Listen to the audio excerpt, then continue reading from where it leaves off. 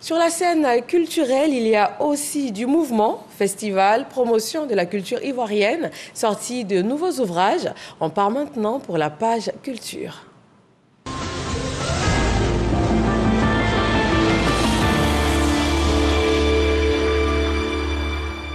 Le Festival des cultures et du tourisme nous emmène dans le Bafing. Les atouts culturels et touristiques de la région ont été présentés aux festivaliers au rythme et couleurs locales. Isaïo. Prestations de danse, concours de contes et du meilleur batteur sont les activités qui ont animé la première édition du Warrior Festival. Initié par la famille des générations pour l'essor du Bafing, FAGEB, ce festival met en valeur les atouts de la région. Nous n'avons pas créé ce festival par mimétisme parce que ça existe dans d'autres régions. Nous l'avons créé parce que le besoin se faisait sentir. Quand vous regardez cette région, c'est à cette même place en 1974 que le père fondateur de la Côte d'Ivoire s'est installé là, où nos cadres sont installés, pour voir cette verdure. Et il a dit que le Bafing est un paradis. Ce fut l'occasion de visiter la mosquée du village des Ganwe, qui date de plus de 300 ans. Elle est l'un des sites le plus visités de la région. Le Warrior Festival, ce n'est pas que des danses, c'est aussi les sites touristiques et culturels et les sites religieux. Cette mosquée de Ganwe a une histoire, une grande histoire. Et cette mosquée de Ganwe, on ne pouvait vraiment pas venir faire ce circuit touristique-là sans venir nous recueillir ici. Parce que ce village-là, c'est un village d'érudits. On est venu donc prendre des bénédictions. Warrior Festival, pour sa première édition, a vu la participation de plus de 5000 festivaliers. Et nous passons au plateau de la page culture de ce samedi et je cite « Je ne suis ni écrivain ni auteur », fin de citation. C'est par ces mots que se définit notre invité de ce soir. Bonsoir Vincent Taubirier. Bonsoir madame. Alors le 28 décembre 2021, vous publiez simultanément 5 œuvres. Ce n'est pas courant. Pourquoi ? Oui, parce que je travaillais sur ces œuvres pendant un certain nombre de semaines et de mois. Et j'estimais qu'ils avaient des orientations différentes. Et donc, je les mets à la disposition du public pour que chacun se serve en fonction de sa sensibilité et de son intérêt. Comment donc s'est fait la rédaction de ces 5 livres? Combien de temps de travail? Quel état d'esprit pour l'auteur? D'abord, je commence par l'état d'esprit. Je pense qu'il est important qu'on partage nos expériences. Aujourd'hui, en Côte d'Ivoire, on se plaint de la médiocrité, on se plaint du comportement de notre jeunesse, on se plaint de la paresse d'une partie de notre jeunesse. Mais comment on remédie à ça si on ne partage pas nos expériences, si on ne donne pas des voies à suivre, si on ne dit pas nos échecs, nos joies, notre conception de la vie? Et donc, c'est dans cet état d'esprit que j'ai écrit. Ces œuvres ont été écrites dans des conditions différentes. Celui-là a été écrit pratiquement en 3 jours, parce que ça, c'est des leçons de vie. Celui Ahmed Bakayoko, ça a été écrit en 36 heures, donc 1 jour et demi. Et les autres sont des œuvres qui ont pris beaucoup plus de temps, quelques semaines, pour certaines œuvres, pour d'autres des mois. Et il a fallu aussi rechercher les compilations de certains écrits pour vraiment avoir des œuvres qui répondent à certaines préoccupations des populations. Alors vous venez de la montrer, l'œuvre sur Ahmed Bakayoko, le self-made man. C'est dans la même année. L'œuvre est arrivée assez rapidement après le décès de l'ex-premier ministre. Était-ce votre façon à vous de lui dire au revoir? Oui, vous avez trouvé le mot juste pour dire au revoir. Et également rendre hommage, parce que c'est important. C'est quelqu'un qui a servi la Côte d'Ivoire, qui a eu une vie publique pendant plus de 30 ans sur l'espace public. Et donc il était important de savoir qu'est-ce qu'il faisait, quel était son travail, quel est son legs en termes professionnels. Et donc, c'est cet aspect auquel je me suis limité. J'ai envie de vous demander aussi quel est votre rapport aujourd'hui avec Facebook, pour plusieurs raisons. En premier, vous y êtes très actif. Aussi, avant même la parution de cette œuvre, Ahmed Bakayoko, le self-made man, on en avait déjà lu une bonne partie, sinon la totalité, en plusieurs chapitres. Et puis, vous écrivez encore une œuvre qui s'intitule « Face à Facebook » en 400 pages. Oui, d'abord, la question de Facebook est liée bien sûr à la question des réseaux sociaux. Vous savez ce qui s'est passé ces jours-ci entre le Cameroun et la Côte d'Ivoire. C'est dû à quoi? Ce sont les réseaux sociaux qui ont enflammé des sentiments nationalistes de part et d'autre. Donc vous voyez un peu comment les réseaux sociaux peuvent changer la vie d'une nation et la vie d'un continent.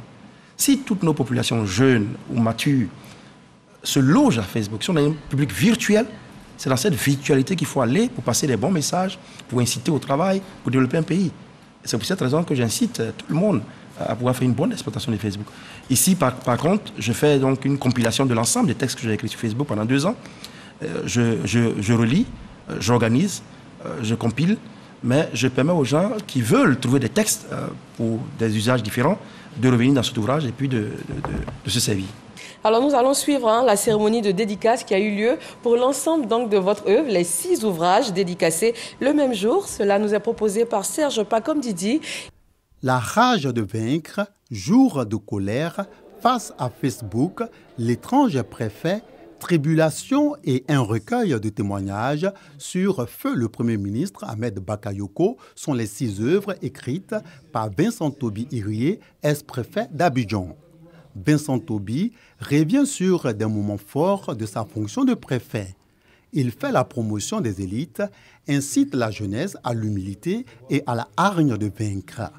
L'ex-préfet d'Abidjan partage des analyses sur les déclinaisons des différentes crises qu'a connues la Côte d'Ivoire. Des personnalités du monde des médias et de la culture, ainsi que des influenceurs, soutiennent cette nouvelle casquette d'écrivain de Vincent Toby Irié. C'est un acte à saluer. Les titres sont parlants. Wow. Je suis impatient de voir ce qu'il y a à l'intérieur. Pendant au moins 6 ou 7 ans, Vincent a été chroniqueur à Fraternité Matin.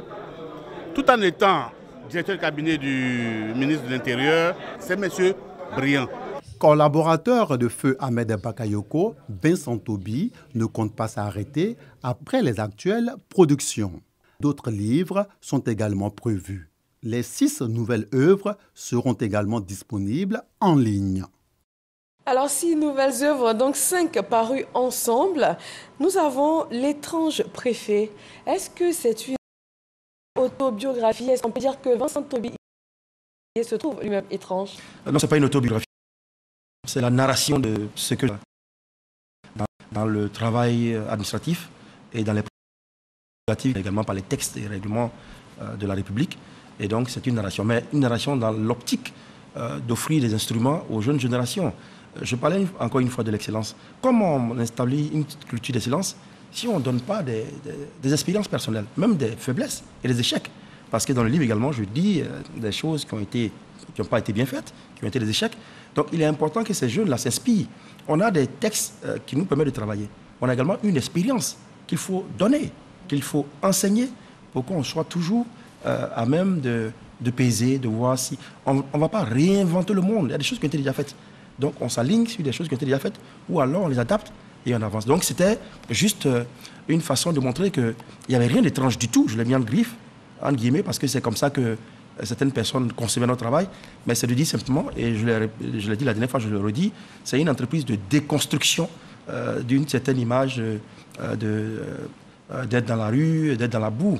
Et je voudrais finir sur ce point. Par exemple, le 6 janvier 2021, le président Alassane Ouattara, le président de la République de Côte d'Ivoire, avait tweeté sur sa page en demandant à tous les ministres et à tous les responsables d'État d'avoir plus de proximité avec les populations parce qu'il était important, c'était la seule voie, selon lui, qui pouvait permettre aux décideurs de comprendre les préoccupations des populations.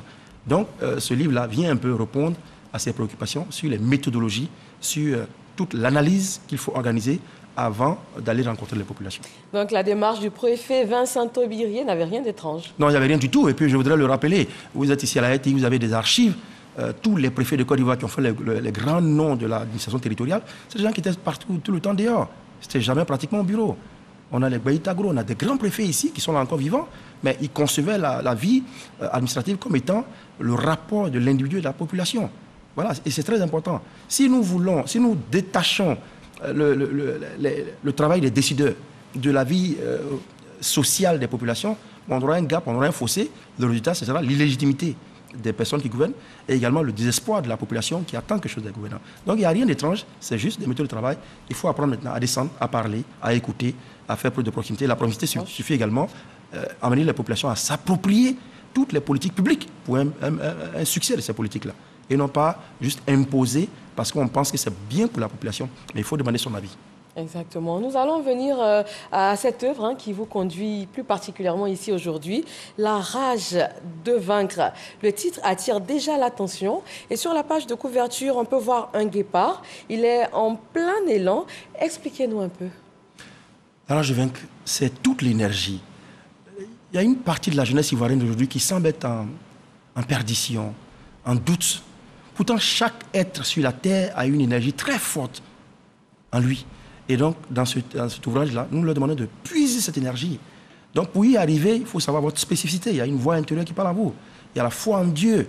Il y a les obstacles, il y a les difficultés, il y a la jalousie. Il y a le succès qui doit être géré avec une certaine modération. C'est tous ces éléments qui sont abordés et qui permettent à la jeunesse de s'orienter, de dire « moi, je peux y arriver. Tout le monde peut y arriver ».